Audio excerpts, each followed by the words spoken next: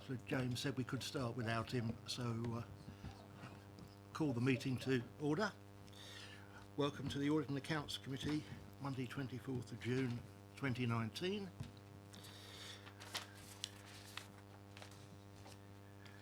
And fire evacuation procedures. No fire alarms are scheduled for this afternoon. If the fire alarm sounds, please evacuate the building immediately. Fire exit is located at the rear of the room. Go down the stairs and run around the building in Whitman Memorial Park. Please note this meeting is being webcast live on the internet. Webcast will also be published to YouTube after the meeting. Check with officer. Yep. Nod. Please can all members and public switch their phones off or turn to silent.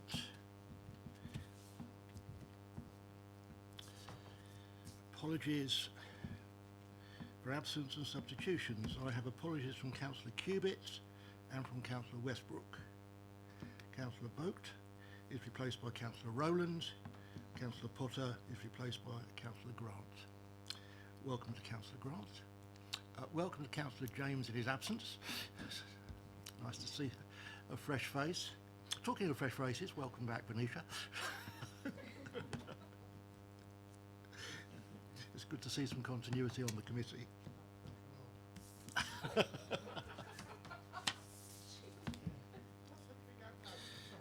Right. Are there any declarations of interest at this point? They can be raised at any time during the meeting. Urgent matters, I believe there are none. Appointment of the Vice Chair, Councillor Rowland. Thank you, Councillor Chair. I'd like to nominate Councillor Falconer, please, as Vice Chair. Is that seconded? It is seconded by Councillor Leeks. Councillor Falconer, would you care to come and join me?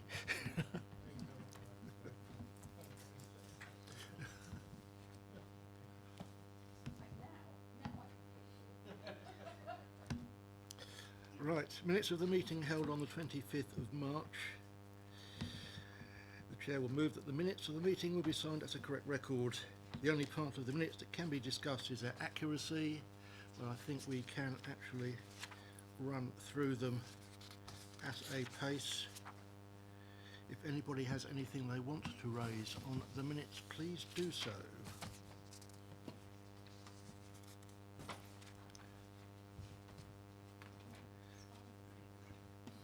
Okay, I won't spend any time on them.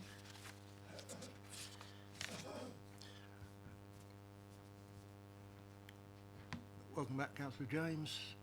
You've just missed the minutes. Agenda item 6 is a summary of the various income streams coming in to the Council. It is only for noting, but it does give us a context for the other papers. Is it noted? No. Noted. Agenda item 7, the Property Investment Strategy Annual Report, Year-End, Quarter 4, 2018. The committee is recommended to note the attached and provide any comments to Cabinet.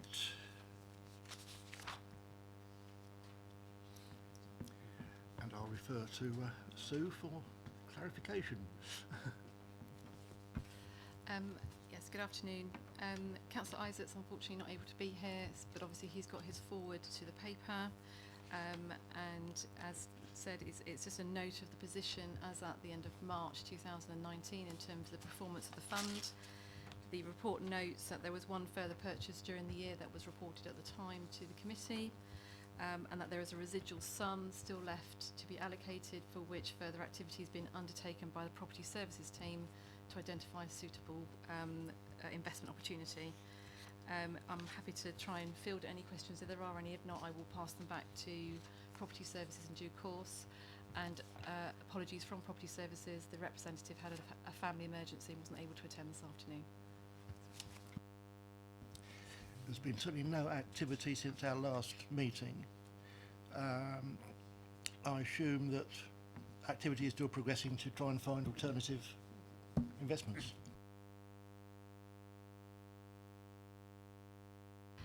Yep, so we are getting a substantial number of investment opportunities coming through. They're just not meeting the requirements of the fund. And we're obviously cognizant of the fact that we've still got £5 million to invest, and we need to invest that as soon as possible in order to achieve the returns that we're looking to get. Councillor Faulkner. Thank you, Chair. I'd take this question at this point. I'm sure I asked this at the last meeting, just to clarify, the Eli Lilly investment appears in both the property investment strategy and also the investor growth fund.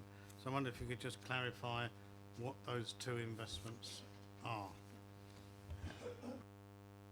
So I have actually asked Phil to be prepared to brief this, should it come up, because so that you can have some clarity around it.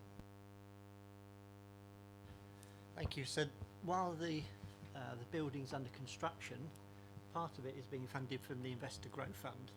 The rest of it is being funded from capital receipts and some LEP funding that we have. Once the building is completed, which will be in about 2 years' time, the Investor Growth funding will be repaid, and it will then be replaced by the Property Investment Strategy funding. So it will initially, for the first 2 years, be Investor Growth Fund funding. After that, when the building's in place and we're getting rent income, it then becomes a property investment. That makes sense? That makes perfect sense, but are you saying that in 2 years' time we're likely to have another £8 million to invest? Well, that 8 million would come back to the Investor Growth Fund, yes. So the Investor Growth Fund, the main aim of that was to have fairly short-term investments. So they'd normally be for 2 or 3 years to developers while they took money from us or borrowed money from us while an asset was being developed, and then would normally be sold on to an investor once it was built, and we would then get our loan repaid. So this would be working in a similar way. So the Investor Growth Fund was sort of always expected to be a sort of 2 or 3 year turnaround in terms of loans. On the other investments that we've got in the Investor Growth Fund, what are their planned exit strategies? There we've got to set another report on the Investor Growth Fund, so I could go through that, but basically we need to look at the options going forward because we haven't got any other investments apart from the Eli Lilly one at the moment, so we need to look at the options for the fund going forward, which is something that's going to be picked up as part of the medium-term financial strategy. Right. Any other questions? Councillor Rowland. Thank you, Chair. I do note on 1.7 that Councillor Isaac has commissioned a house investment strategy report, improving access to home ownership, which is going to Cabinet in July 2019. Will Audit and Accounts have the opportunity to look at that report as well, given that there has been questions previously asked about the this fund and how we can actually look at social housing or affordable housing or other housing strategies, because I also note in 1.6 that property services are saying that residential investments aren't giving the returns that potentially you would look for.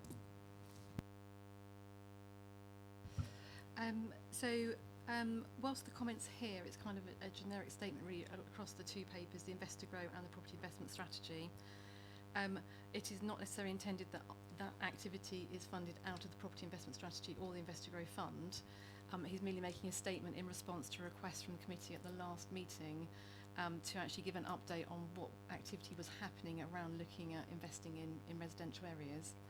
And so Councillor Robinson and Councillor Isaac are jointly preparing a paper on what opportunities there are in the borough to look at investment activity around residential, and they're taking a separate paper to Cabinet. So I'm not aware that it was intended to come back to Audit Accounts Committee, but I can follow that up for you.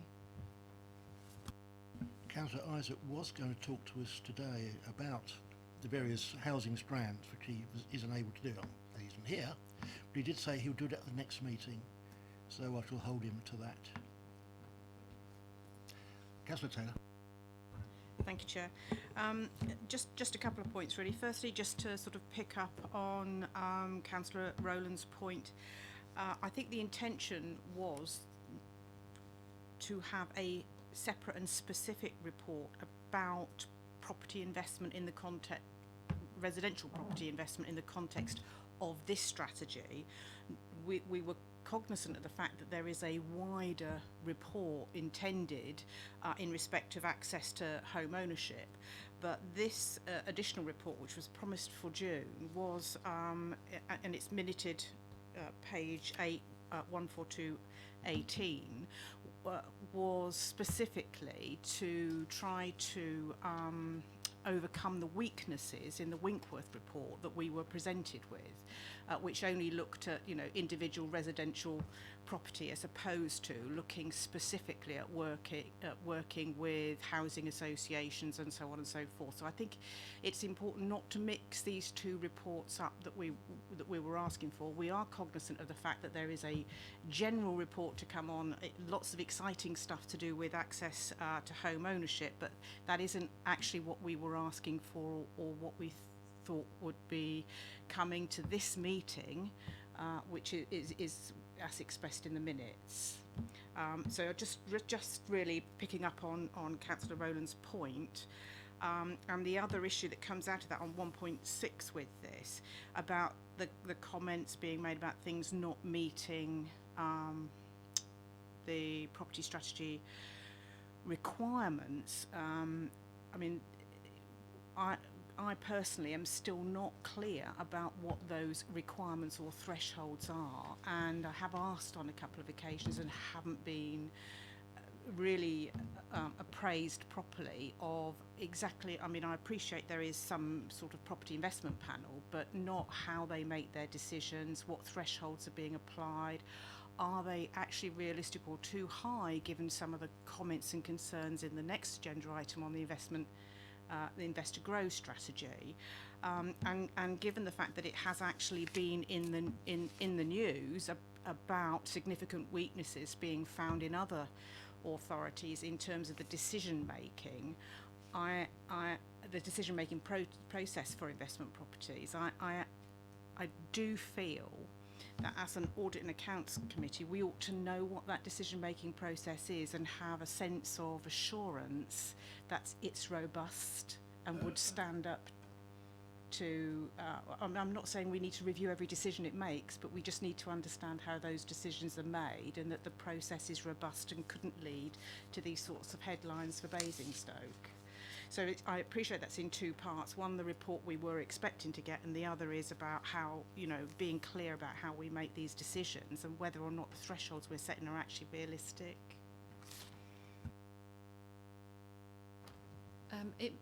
On the first issue, that's fine. I can pick that up with Councillor Isaac, and obviously in conversation with Councillor Gardner, he has offered to come back and address that issue next time. With the second issue, obviously property investment has been audited and is part of the papers that are here, but if you've got concerns around it, I can certainly pick it up with Paul Gundry and look at how we can actually have a look at that and give you the assurances that you're looking for. I think that would be useful for the whole committee to understand the process. Okay, Councillor James. I was just agreeing with Councillor Taylor, and I think it's not just about the assurances, it's about reviewing the criteria. I think that's a critical thing Councillor Taylor was talking about, because whatever the criteria was, and I was there when it was first drafted, was eminently sensible at the time, but we've got £5 million at 3 years into the fund we still haven't allocated. And the actual returns from the property investment strategy are very good, 7% against financial investment returns, which are sort of 1.7, less than inflation, waste of time. You know, we should be looking to beef up this fund, increase this fund, but we need to make sure there is investments we can tap into. And I appreciate as we get onto the next paper, and there's lots to talk about, you know, obviously the fact that lending in the market is now very competitive, and therefore we haven't got the sort of huge bonus we did have. Is it time to review it? The world is moving so quickly that we need to keep an eye on things, because there's no point in having money sitting there doing nothing. If there's means just to tweak the criteria, so if we could review it at a subsequent meeting, that would be useful. I think that review is being taking place within Cabinet.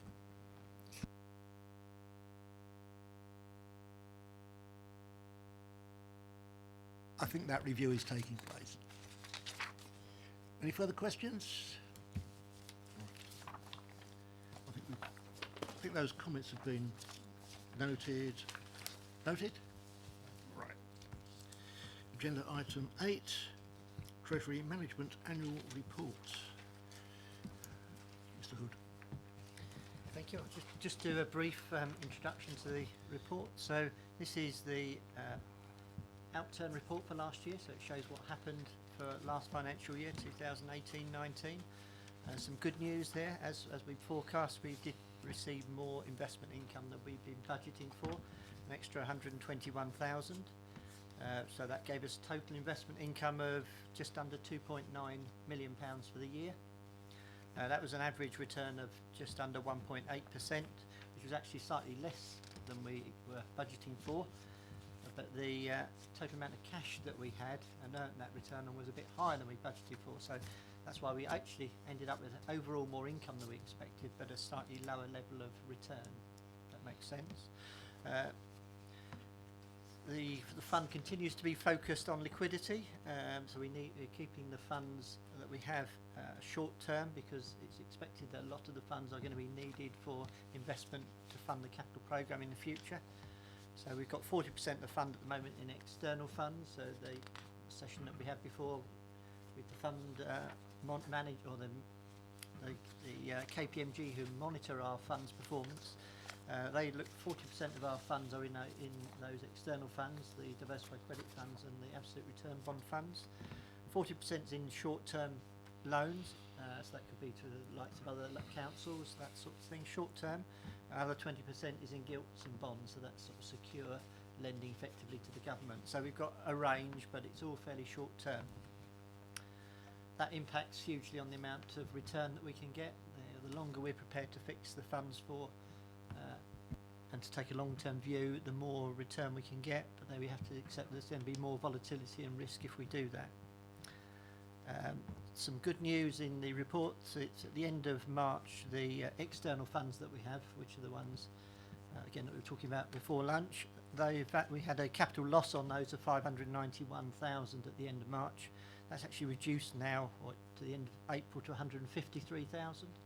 So we've only got a small capital loss on those funds, and the amount of extra income that we've got is shown in one of the graphs of the report, and it shows that, if I just refer you to the graph that's on page 46, you can see that the funds have achieved over £3 million in income since 2014 when we started off with them, and as I say, their capital value is now very nearly back to what we paid for them as well. But we had to accept there was some volatility, and part of the report we saw this morning was that there was about a 3% return overall over the last 3 years from those funds, compared to about 0.5%, which would be the short-term cash return. I think that's all I've got to say there. Thank you. Well, as we know, we have got 30 million unspent in one of our strategies. That doesn't surprise me that we've actually got some extra cash floating around for investment. In the paper, 1.1, you talk about changing government regulations and the fact that one of the absolute funds was liquidated. Yeah. Did that actually generate any income? Just have to check. I think it generated a small amount of investment income, but there was a capital loss on the investment. So overall, there was a loss on that investment because the bond market moved the wrong way for what that investment was in. But again, that's part of the volatility that we have, and it was offset by gains on other funds that we had. Can you explain what the change in the government regulations was? This basically was a response by the government to concerns that some councils, not us, have to add, were borrowing money and then investing it in property to generate additional income. So the regulations effectively prevented us from taking the capital gain that we might get from investing and using it as income. So if we invest in a fund and the price of that fund goes up, so you get a capital gain, you're now not allowed to show that as income into your revenue account, which you used to be allowed to do. So that's basically the change. Thank you.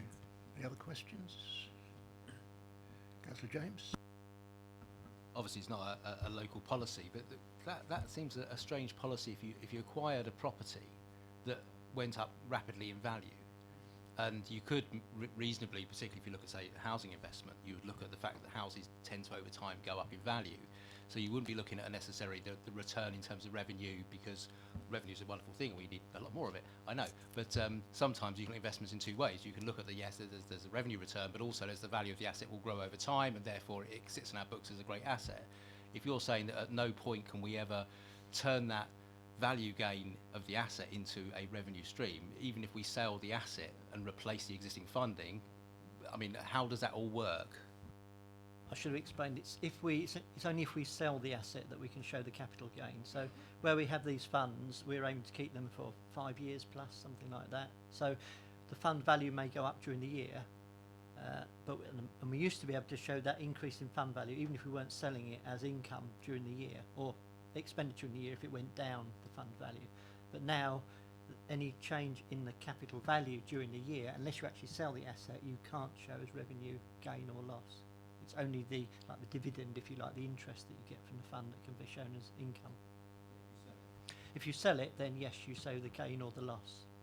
That goes to revenue then, but only if you sell it. And we're not intending to sell these, or not for, they're meant to be medium-term investments. Mr Hood, correct me if I'm wrong, but I thought unrealised capital gains went to reserves anyway. Unrealised gains will be shown in the balance sheet, so the value of the asset will go up in the balance sheet, but it doesn't show in the revenue account. We have to reverse out that gain, so it doesn't show in our income and expenditure. Not unrealised. So in the same way as if our property assets change in value during the year, if I'm doing the statement of accounts, if our holding in the mouse, say, has gone down in value during the year, that reduction in value wouldn't show as a revenue loss to us, if you like, because we haven't actually sold the asset. And if we sold that, that would be a capital receipt. Yes, please do. So let's imagine a scenario where we set up a housing investment fund. We buy a house for £200,000, and we rent it out socially, so we're not getting much return on that investment in terms of revenue. After 3 years, and the right to buy, the person living in that house buys it. The market value at that time is £300,000. So we sell the house. We've made a £100,000 profit. Are we allowed to count that as revenue, or would that have to stay as sort of within, that's a capital receipt, and therefore you couldn't ever use it even if you had a rolling program of that? In that instance, it would be a capital receipt because you're selling an asset. It's a bit of a difference between buying a building and buying an investment in a fund, which is what we're talking about here. So if you're buying a building and you sell it, that's capital expenditure when you buy it. When you sell it, it's capital receipt. It never touches revenue. It just goes, you've got an extra capital receipt, so it's up to you then what you do with it. You've got extra funds to fund extra capital expenditure, or you could invest it and earn the interest on it. I think one of the topics which we're going to be discussing when we have our training session will be the distinction between capital and revenue, which for new members is certainly going to be interesting. Okay, item 8 we are noting, and it will then go to council. Agenda item 9, the investor growth strategy, annual report for 18-19. Recommendation is for noting, and I believe somewhere in here on page 53, the future of the fund must now be reviewed. Yeah, me again on behalf of Councillor Isaac. Obviously, Phil's will give a brief update on the report, and CBRE are here to answer some questions that were raised last time in relation to what sort of activity has been undertaken by themselves in order to help try and actually invest the funding, or to utilise the fund. So I think obviously concerns were generally raised probably over a period of time, but certainly at the last Audit and Accounts Committee, in terms of how effective this fund is. And I think once CBRE have had their chance to feedback, I think it's becoming quite clear that whilst the intention was there in the first place, it's not actually operating in the way that we would like it to, and therefore Councillor Isaac is mindful now to make a recommendation to close the fund, and we will pick it up as part of the budget setting process in terms of how do we then utilise that funding to the greatest effect. So in terms of the actual report, again, obviously originally allocated £25 million. The only existing earmark against it is for the Eli Lilly building, in terms of building the building, as Phil's already established. Obviously, the report covers some of the activity, obviously anonymised in terms of for confidentiality reasons and commercial reasons, and then looks at what we intended to do originally and how we're actually finding the marketplace. Phil, is there anything you want to say before we hand it over to CBRE? No, I think you've covered that very well. I've just introduced Joe Barsoon from CBRE. I think you've all met him, or those that are older members of the committee would have met him before. But yeah, Joe, if you're able to go through in a bit more detail the report, that would be good. Thank you. Thank you, Phil. As mentioned, the fund was initially established in 2016, and in particular at the last audit accounts, there was a request to have this report more backward-looking, so to look over especially the last 18 to 24 months and understand the areas of focus, the opportunity, highlighting where possible opportunities that have come forward and why they have not progressed further to more investments, as well as some of the activities and where the targets have been, so where we've tried to source more opportunities for the fund.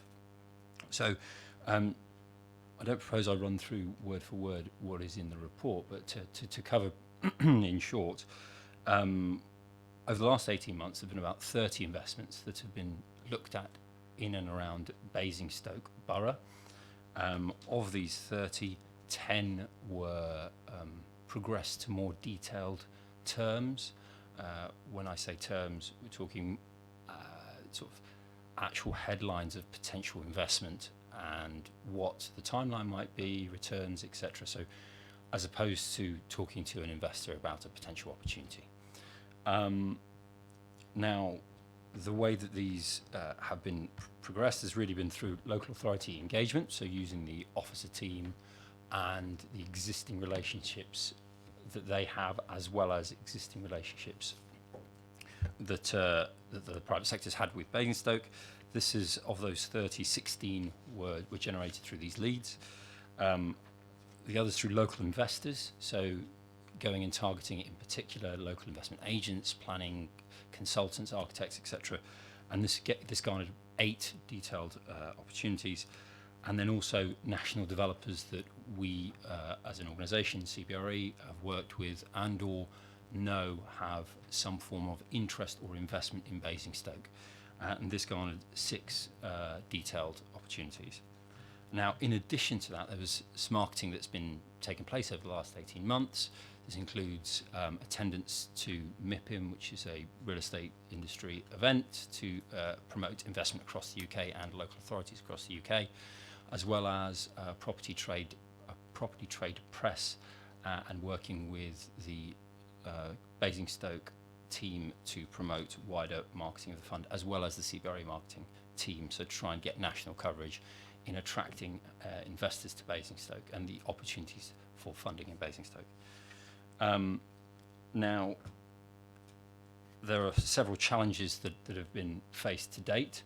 The report outlines these, but the headlines of the 5 are, firstly, land ownership. So Basingstoke's in a quite a unique position in owning large amounts of land in comparison to other local authorities around the UK, but in particular that land ownership, the leasehold gearing that is in place, which is more akin to what is seen in the City of London.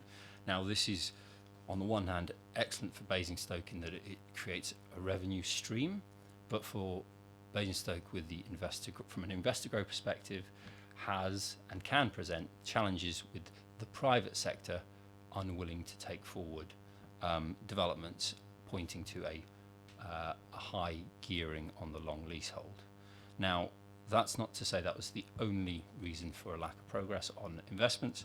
That sort of leads in somewhat to the second challenge that the fund has faced, and that is namely market conditions. So where these long leasehold gearings, as outlined, do exist, say in the City of London, the private sector believes there is enough profit to pursue these investments, whereas in Basingstoke, there, with a lack of speculative office development that has come forward in the last 8 to 10 years, investors in the private sector are unwilling to take the risks associated with developing speculatively without a tenant in mind when they start to develop. Third, when we start to look outside of just, so when I say speculative, I'm talking specifically regarding commercial investments, so offices, development of offices. But if we move to, say, residential, actually the strength of the residential market in Basingstoke from a perspective of a house builder, where Basingstoke has pricing that is less than, say, what you might see, or more affordable rather than what you might see in, say, London or immediate surrounding areas of London, but also at a higher end than maybe other more peripheral areas of the southwest. There is a high demand for house builders to want to take forward residential with good downstream revenue for such developers. As a result, the types of developers are larger house builders that can borrow at, and this sort of comes onto the fourth strand that's mentioned in the report, in the limited pool of developers from a residential perspective. We have some of the larger developers that will be able to borrow, frankly, at very, very cheap rates, and with the fund's return criteria in mind, making it very challenging for the fund to participate and be competitive. It was mentioned at the last audit accounts, the focus on sort of SME developers, which is certainly a critical target for the, or critical area of focus for the fund. The challenge there is, frankly, the track record of some of the developers' borrowers, where the fund has to participate at an appropriate and create an appropriate risk-adjusted return. There have been one or two opportunities that were looked at, but the track record of some of the SME developers did not meet up to the recommendations that we would put forward to the fund to invest. And or secondly, quite often an SME developer might only take one or two projects forward a year, and therefore there's a limited capability to take forward numerous projects, and also projects that meet affordability criteria that the council has. This leads to the final area of challenge for the fund, which is the residential development finance market. So where I mentioned the commercial finance market is very challenging for developers, and so therefore there is still there is limited funders in the market for speculative office development. For residential, it's a very competitive market, and as outlined, with a strong demand in Basingstoke, developers they're not short of banks or alternative debt funds that would be willing to provide finance at very competitive rates. I would welcome any questions. Turn your microphone off, please. Oh. Okay. Any questions? Councillor James. I think when this fund was first set up, it was flexibility was borne in mind in terms of what investments you could make. And you've mentioned a lot about property, and in your sort of the challenges you talk about commercial property, residential property, etc. Obviously, we had a property investment strategy, which generally looks after any long-term investment in property.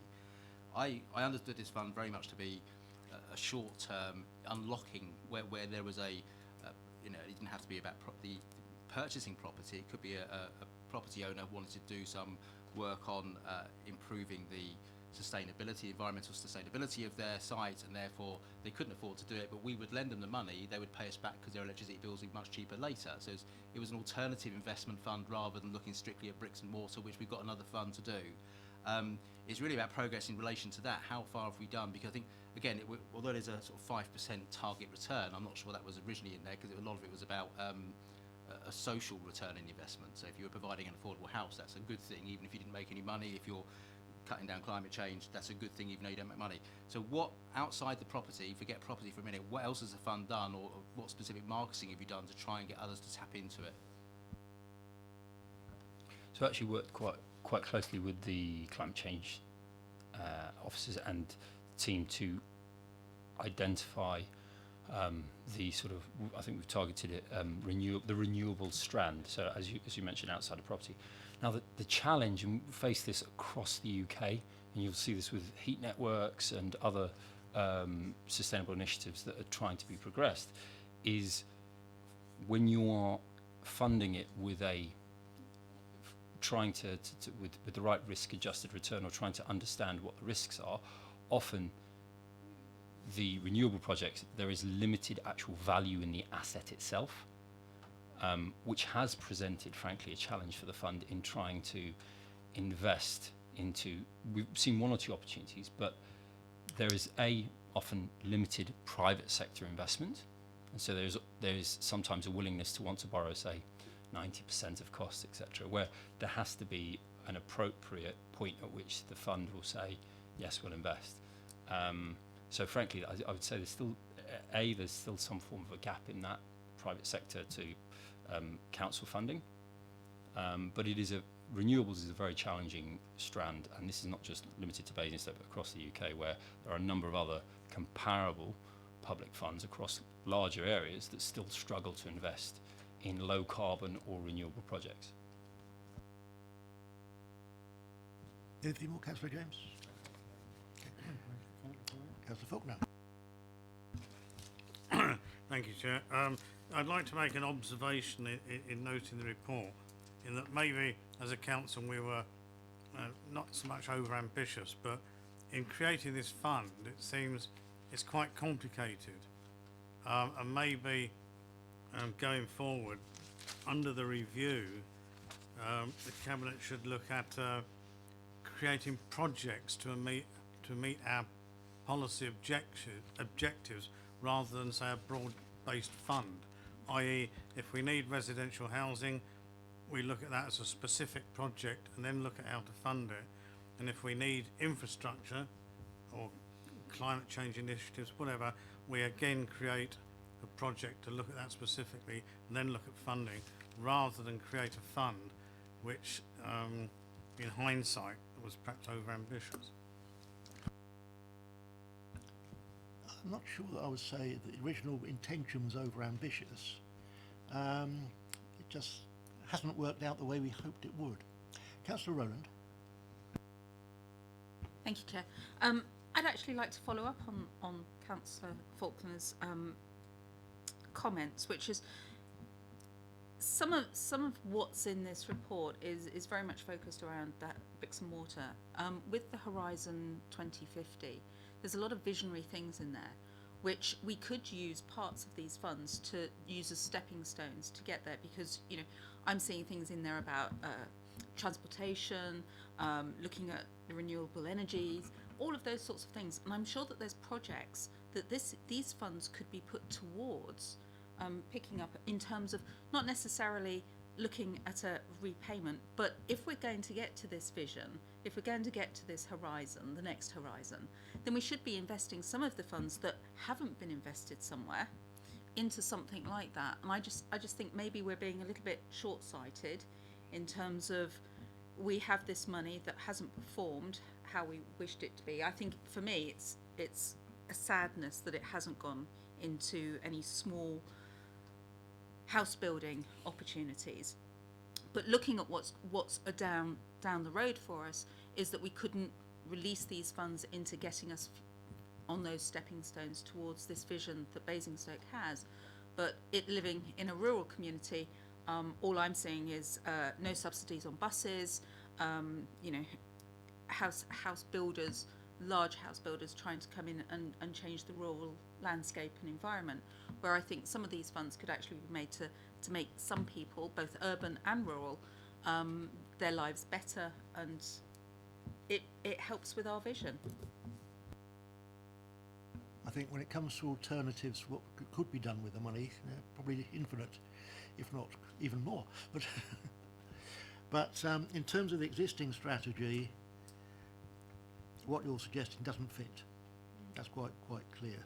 But certainly one of the things we want to make clear to the portfolio holder is that yes, the fund needs reviewing, and we've talked about 2050, we've talked about rural improvements. These are ideas that could be considered. Sorry, just to say urban as well, because I am really aware of that it's not just about the rural communities, but urban environments do need regeneration as well, and so maybe some of these funds could be put towards regeneration. Noted. Right, Councillor Taylor. Thank you, Chair. I'd agree actually with what Councillor Rowland is saying, and probably we maybe set out with too hard a commercial hat on without thinking of intangible social benefits when we set something like this up, and I think so it's worth making those comments. I sort of have a comment and a question really for us, I think, that arises out of this report, and I would like to actually thank you for this report and for responding to our sort of quite harsh demands at the last meeting, and for doing so with a good deal of honesty. I mean, I certainly find the challenges faced by the fund really interesting, particularly when you think about them in the context of, well, actually, Basingstoke's getting a bit expensive in its commercial property. Companies are probably not prepared to invest speculatively because they expect it to sit around empty for a very long time. And you know, all these other things, I think, are identifying some key risks that we have. And I feel that we need to make sure that these key risks are fed back into some of our other strategies.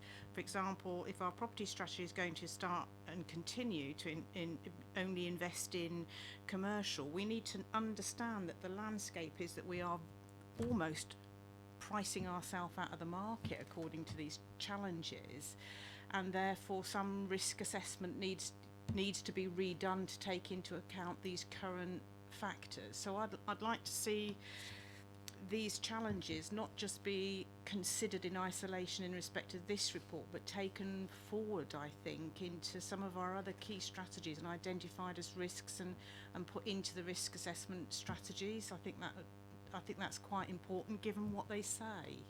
I mean, I don't know how anybody else feels about that. Well, I think you summed it up quite well. I think the inherent risks do need to be referred back through the portfolio holder. Thank you very much for that. Anybody else? Councillor James? Just responding to Councillor Faulkner's point, when we set up this and the discussions we had, one of the challenges was when a council wants to invest in something or spend money, we have a process we have to go through. It is quite a lengthy process, and you have to wait 3 months for the next committee, and you have to advertise the papers online, etc., and have the public have a say. It goes through all these different committees and processes to get to full council to be approved.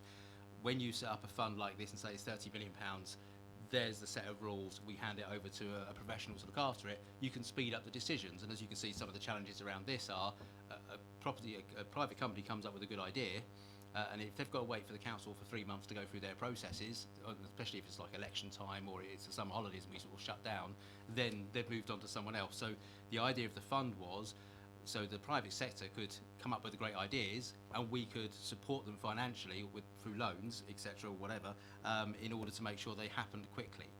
And so I think it's important you still have that fund. I think the challenge is perhaps we've been too narrow and not been enough. I mean, a lot of it's the private sector's fault for that kind of good ideas. I mean, you look at stagecoach buses. I wish they'd go to electric buses. It'd be much quieter around my way. I know some people don't see buses, but electric buses. Now, if you had electric buses, that's a huge investment. They cost 3 times as much as a standard diesel bus. But over their lifetime, of course, they save money on maintenance and everything else, and of course, running costs. Stagecoach may not be able to fund that. We might be able to fund that. It's socially useful for us to do it, even if we're not getting a return, to say, yes, we can put the charging points in the bus station, we'll buy 3 electric buses that you'll then lease off us, etc. Those kind of things. They're slightly different ways of doing investment, but actually it's a really socially useful thing to do. And long term, of course, you wouldn't have to subsidise those buses because the running costs are cheaper.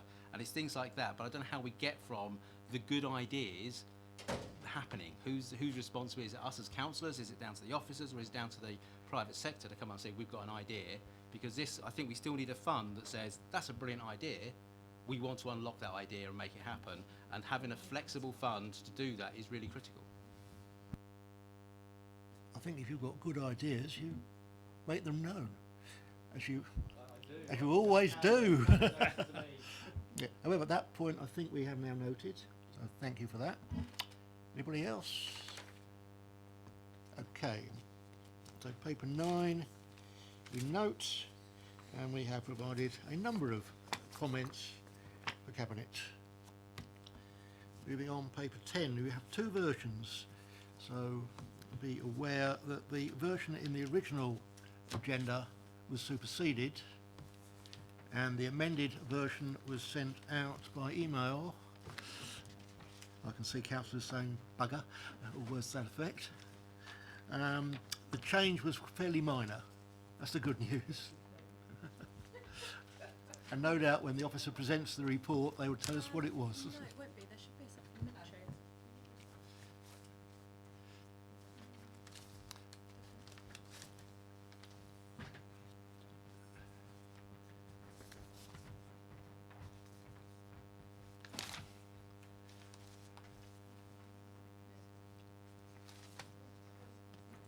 Okay, we'll just wait while he goes and gets the additional copies. Though I suspect there should be some Well, I don't know. It might still be the old agenda. It was only one sentence. Yeah. Who's presenting the report? Anne? Anne, would you want to tell us what that change was? That would probably solve a lot of problems.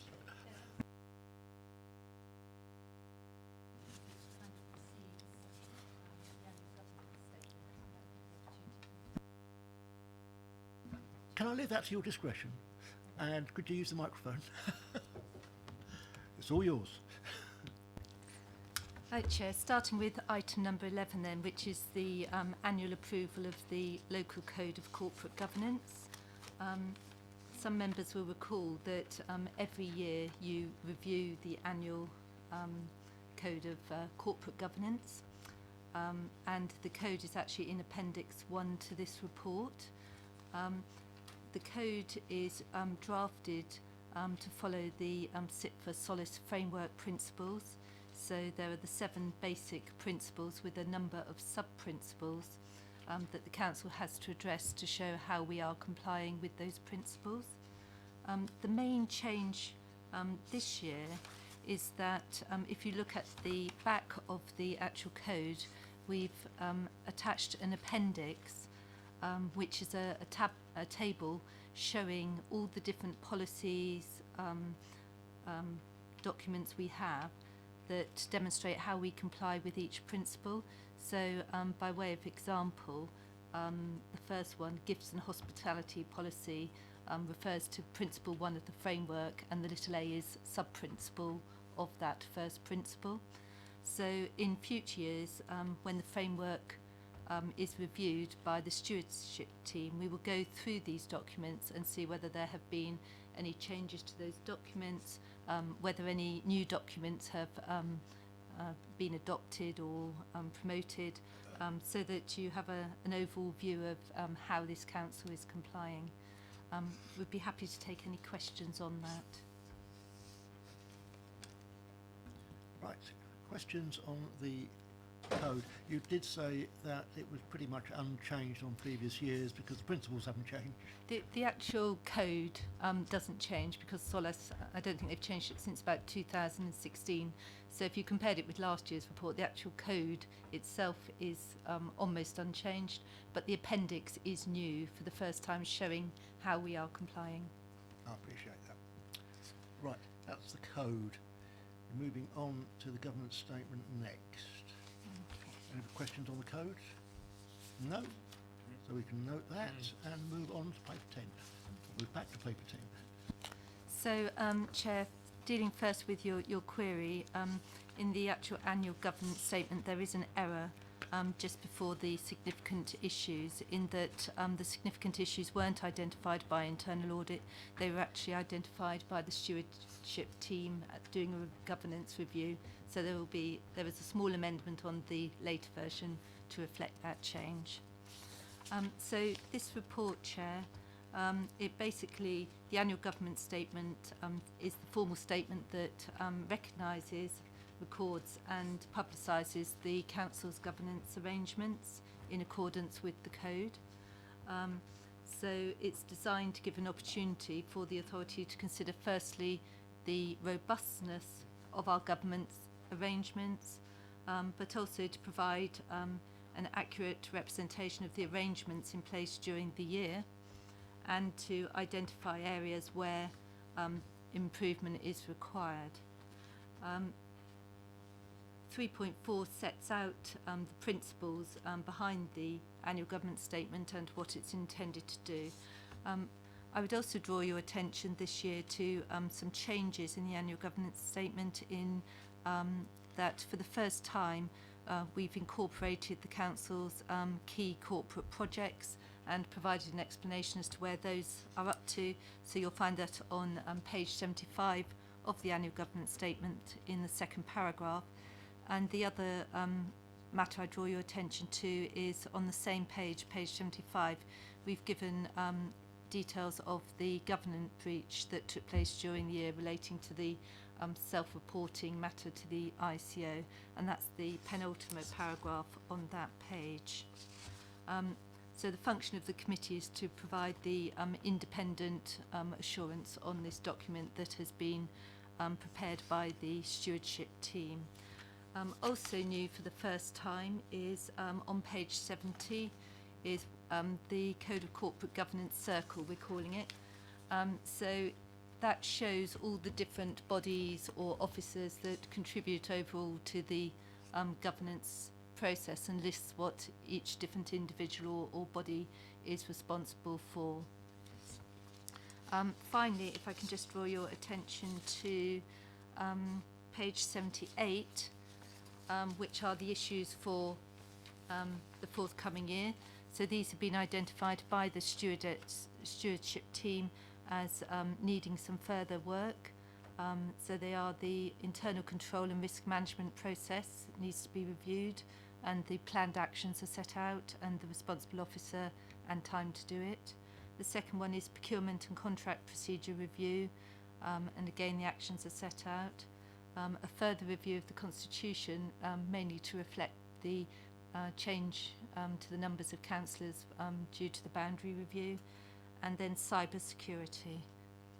I'd be happy to take any questions. Just like to point out for the benefit of members, on page 75, that's bottom of the second paragraph, one of the questions that we've just been asked repeatedly by some councillors has been where is risk on projects being looked at? And the answer there is the Corporate Performance Board regularly reviews the risks on this project, which is Medidown, and other major projects, including Basingview and the development of the letterbark. So that's where it's done. It doesn't come to us, it's been dealt with by officers. It would be interesting actually to see their minutes or their conclusions from those reviews. So that might be worth asking for. Right, any questions?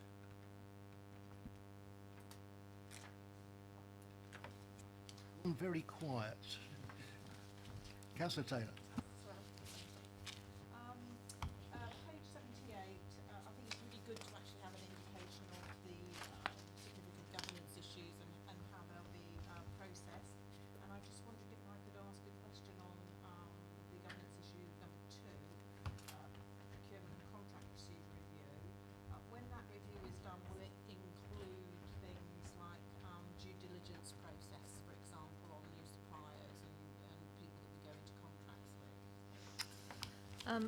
I think we'll probably be looking at contracts in the round, actually. I suspect that that is part of the procurement guidance that's issued by the procurement team, and yes, we'll pick that up at the same time. If I may, on page 76, in terms of the review of effectiveness, I wasn't too clear exactly how that took place in this report. So my apologies. In terms of the review of effectiveness mentioned on page 76, that's informed by the stewardship team. I mean, how do we get involved in that review of effectiveness? You don't. It's an officer review. Your review is this committee where you're reading the statement and providing the independence assurance on it.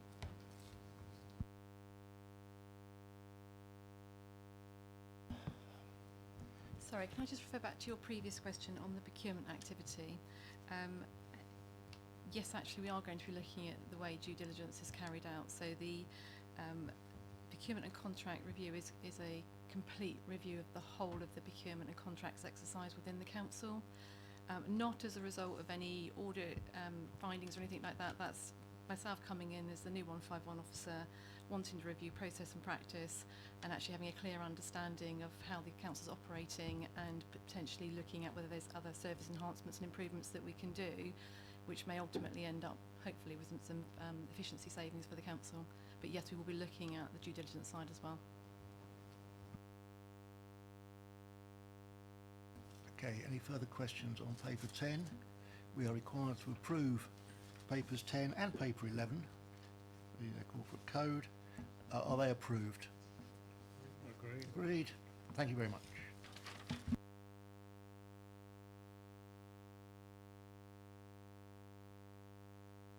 Which brings us nicely on to item 12, Internal Audit Progress Report. Appendix 13 is pink, so it will be dealt with at the end of the meeting if there are any questions on it. I have a nod from there, so we will be looking at it.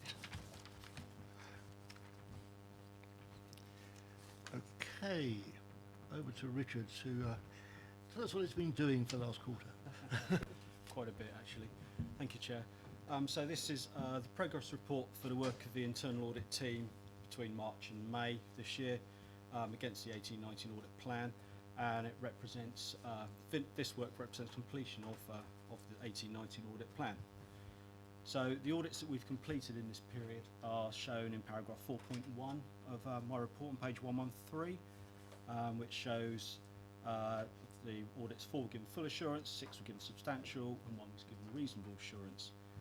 And the summary of these reports are shown in appendices 2 to 12 of my report. We'll come on to the leisure part later. Just to mention, we weren't giving a level of assurance on that one, merely assurance that, in our opinion, that the questions raised by the committee were answered satisfactorily. Section 4.6 of my report is the extra bit of work we were asked to do on Section 106 scoping process. This shows, albeit a limited scope, from our work, it shows new processes had been followed, whereby members were consulted during the scoping process. However, we are undertaking further audit later on this year. Hopefully we'll be able to pick a larger sample of work. And just to say, if the members of the committee do have any particular issues on particular agreements, then please let myself or Paul Gundry here know, and we can certainly include them in our sample testing. Next bit is the. Sorry. Do you want to take questions now? Happy to, yeah. I think you better ask your question. Thank you, Chair. Thank you for starting to look at this. It's the very tip of the iceberg. Just to say on where you'd come to audit and accounts and requested specifics, nobody actually gave me a prompt that when you were looking into these and when you wanted them. So I would just like to say that I'm happy to supply a number to you. Now I know that you're actually looking for them. So if that's all right. I'll just leave it at that then. And I'll wait. Thank you, Richard. Yes, that's fine, Councillor Rowland. Yes, please let us know. The other part of the report also shows the position with recommendations, where we have shows the latest position of outstanding audit recommendations, where the actions agreed between us and the head of service have yet to be completed. They're shown in Appendix 1 of my report.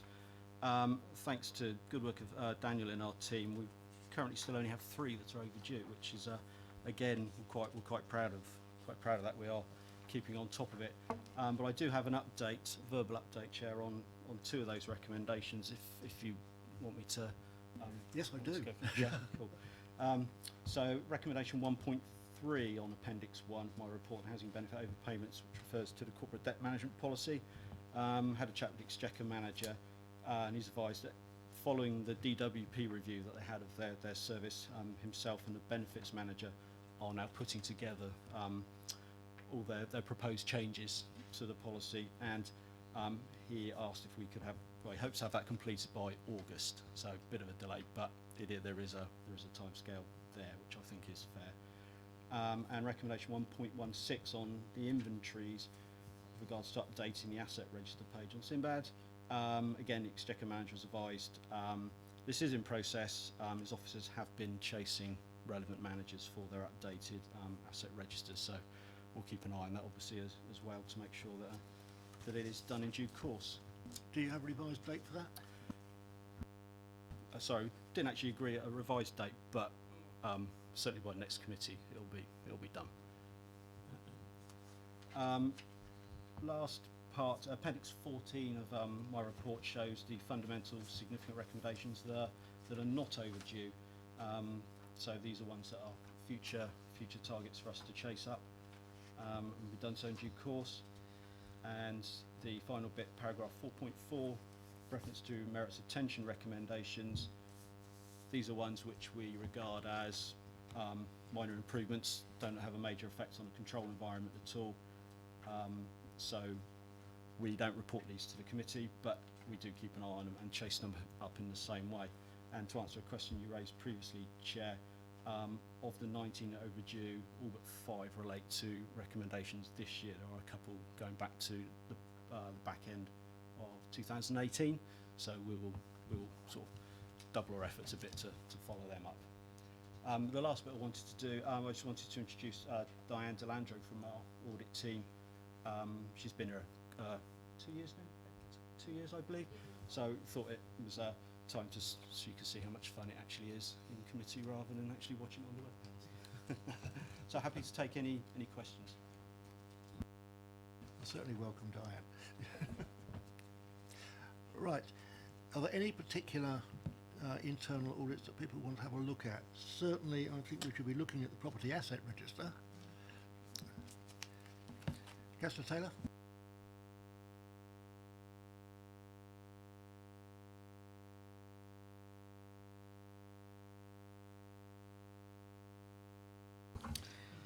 What am I like? So yeah, I would like to raise some questions around Appendix 3, which is the property investment strategy, and Appendix 5, which is the GDPR arrangements, and obviously the pink paper. Anybody else want to add to that? Right, we'll go to Appendix 3. Thank you. In Appendix 3, point 2, bullet point 3, you say that satisfactory governance arrangements continue to remain in place for the procurement of property acquisitions via the Property Investment Panel. Could you tell me what they are?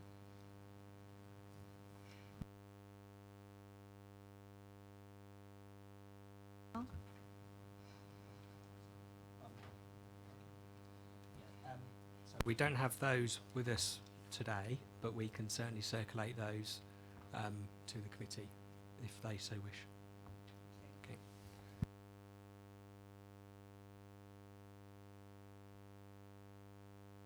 I think that was it for Appendix 3. So Appendix 5. Thank you, Chair. I mean, I noted with interest that in Appendix 5 there were governance arrangements that have been established in respect of ongoing compliance with GDPR information audits and so on, and that they're monitored and reviewed by the DPO, the Data Protection Officer. Now, actually, I think that might be of interest to us to know what they are, and in a sense, understanding the sort of quality of that review and governance arrangement might be actually more important to us as a committee top level than necessarily getting reports on every individual breach.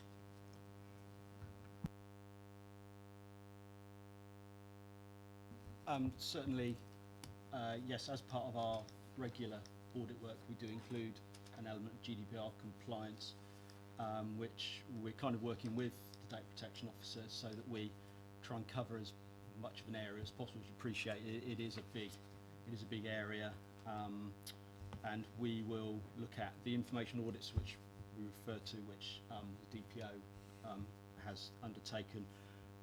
For each audit we do, we pull those audits out, and then kind of, obviously we don't have the resource to review every element of it, but we'll try and cherry pick what we think is the key risks, and we will obviously regularly liaise with the Data Protection Officer. If there's a particular issue that comes up, then whether we deal with it in our report or whether Jackie in her role produces some kind of overall progress report or something. Obviously that was something to come from legal, but we certainly will include one of the control objectives within our audit one will be GDPR compliance. So where we find key issues, we will raise them individually. We've just finished one currently for this year, which was just looking at the cemeteries, and we included that within the scope of that particular audit, and it looked at the retention of information. Fortunately, we didn't find any significant, we didn't find any concerns at all. So that's an example. It's our first step into looking at that area properly. So we're still learning as we go, but it gives us an idea what we need to do, how we need to liaise with legal to make sure we cover as much as possible. Anybody else on the paper? Okay, let's have a look at 11.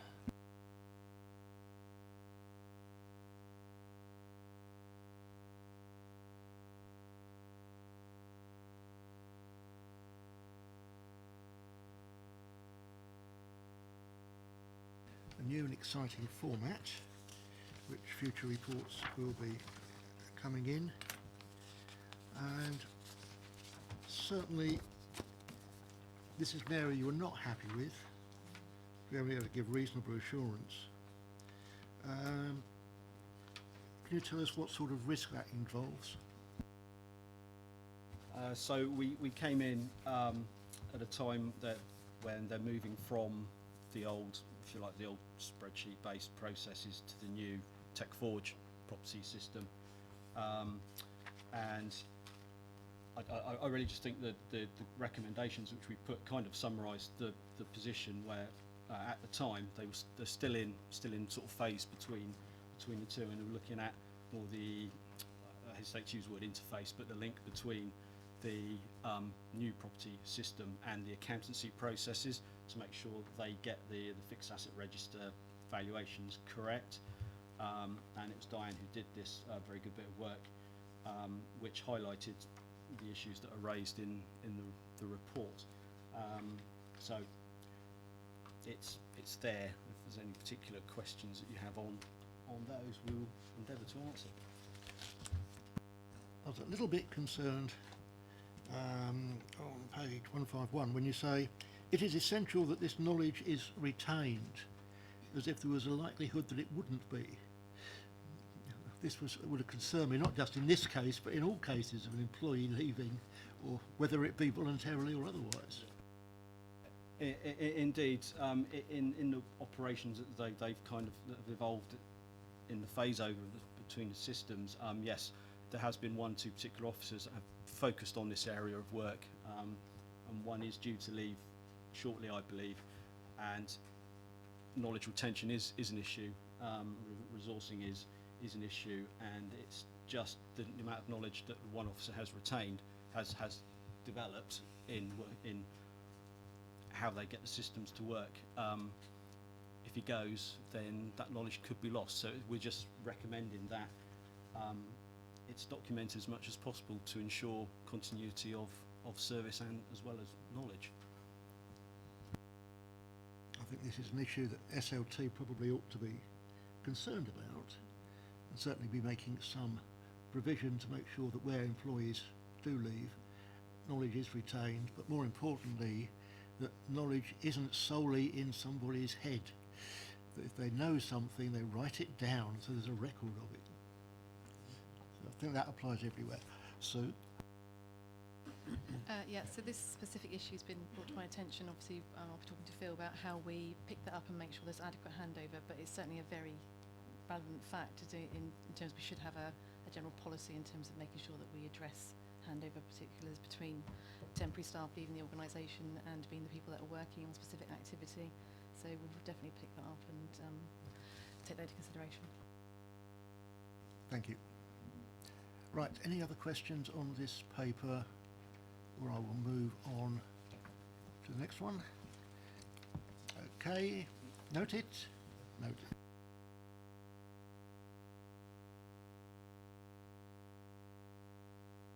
Sorry, Chair, just to ask for clarification, are we noting that before we look at Appendix 13? We're noting it subject to Appendix 13. So, agenda item 13, the fraud update protecting the public purse. You'll note there is an article attached to Appendix 1, the Department for Works and Pensions, which sing the praises of Basingstoke and Dean. And I would just like to congratulate all the officers concerned for actually getting our name out there to the wider public, even if it is only in local government. Okay, Mr. Gundry. You stole my thunder, Chair. Yes, this report is the usual format for you, which just highlights the work that the fraud team carried out through the year, and it builds on the report from December. So I was going to go into a bit about the Appendix 1, but that's already been done, so I will just fire over straight for questions, Chair. Anybody else want to congratulate Paul? and his team. I've often wondered, we always see his officers coming telling us all the work that they've done. I wonder, what does Paul do all day? Okay. Content is for noting. Noted. Thank you.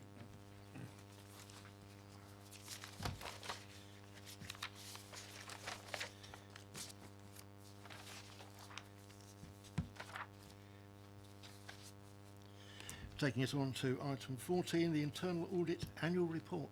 Back to Mr Gunnery. Thank you, Chair. Yeah, this is my annual report where I come to committee and I give my annual opinion of the governance, risk management, internal control environment of the council. And my opinion this year can be found within paragraph 5.4 on page 188, where I'm given a substantial assurance. This opinion is based on the work of the team throughout the year, and just for a summary purpose, if you look at Appendix 1, you've got the list of all the audits being conducted through the year with their assurance, and the year that that assurance and report was presented to the committee. Other than that, I'm going to just ask for questions, Chair. I think I could congratulate all our officers across the council on the way that the number of full and substantial assurances has increased over the years. I can remember when we had a lot more red lurking around. So congratulations to the officers and to internal audit. There may not be much to find, but where it's needed to be identified, they've done it. So any questions on the paper, or can we just note it? Happy to note. Thank you.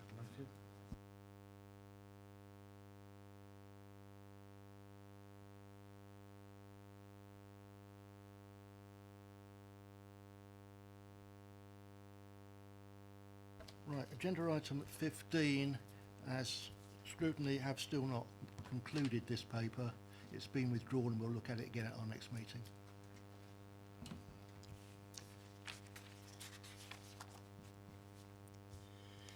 Agenda item 16. At this stage there have been two viewings on Facebook, and in both cases, by the look of it, we couldn't find any Facebook accounts. So I don't think we've been too intrusive. Noted.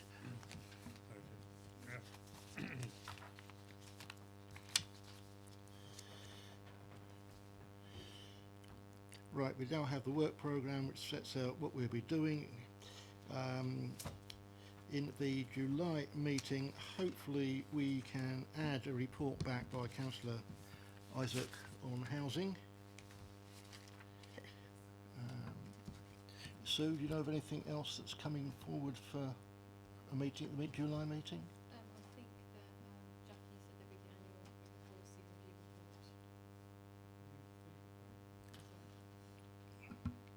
So I think she said the annual RIPA report was coming. But I think that she said that at The annual RIPA report, yeah. Yeah. Okay, we'll add that. September, we are looking at the risk register. And I think somewhere, in one of the documents we looked at earlier, it did say that we were going to get a report back on risk. There was something in there that said we were going to get a report, so that better be added. It's all right, Ellie, you can worry about that later. Sorry? Sorry, it was September. Yes, sorry, I'm looking at September meeting. Yeah.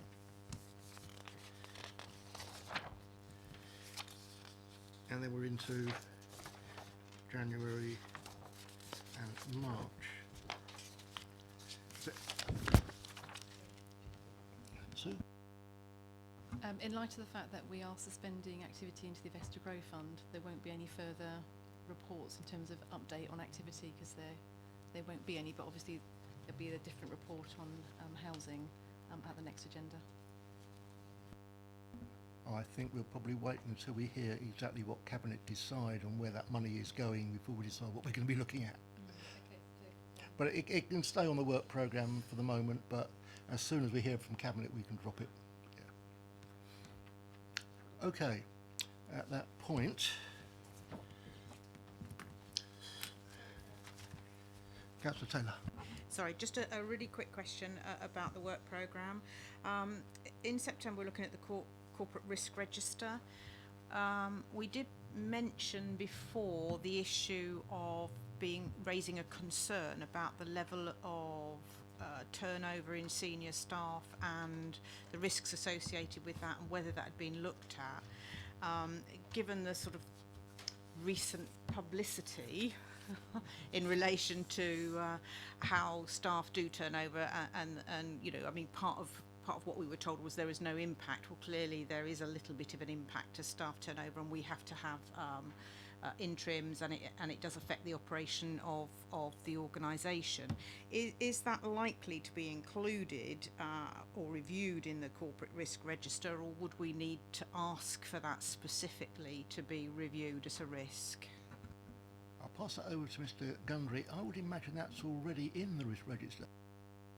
Yes, thank you, Chair. Yes, there is a corporate risk. I'm sorry, apologies, I've forgotten for the title of it, but that we do cover staffing in one of our corporate risks, so that should be updated to reflect that situation. In terms of the article you refer to, I'm sure that is something that HR might want to look at some point. Thank you. Right, are we happy with the work programme, or is there anything that people would like to add to it? Mr. Hood, you're in great danger of being asked to speak then. Right, at that point I will move to the confidential papers. Agree with members that the meeting is now to become confidential by passing the following motion. Pursuant to section 100A(4) of the Local Government Act 1972, the public be excluded from the remainder of the meeting on the grounds that the public interest in maintaining the exemption outweighs the public interest in disclosing it. Therefore, that exempt information is likely to be disclosed as defined in the appropriate paragraph of Schedule 12A of the Act. In order to discuss the papers, the webcast will be turned off, but turned back on once the discussion is over. Ask members of the press and or public to leave the room. Let them know they will be brought back in again once the meeting is no longer confidential. I think they've all gone. Ask committee admin to switch off the webcast. A public meeting is about to reconvene. All discussions on pink papers must now end, which they have. Ask the lead officer to bring any press and or members of the public back into the room. I'm sure they're going to swarm in. And ask committee admin to turn the webcast back on. Right, for the benefit of the members of the public, we have just completed the confidential item. That was the last item on our agenda, and the meeting closed at 15:32. Thank you all for coming. See you all at our next meeting. Well, all but one. Thank you very much for coming, David.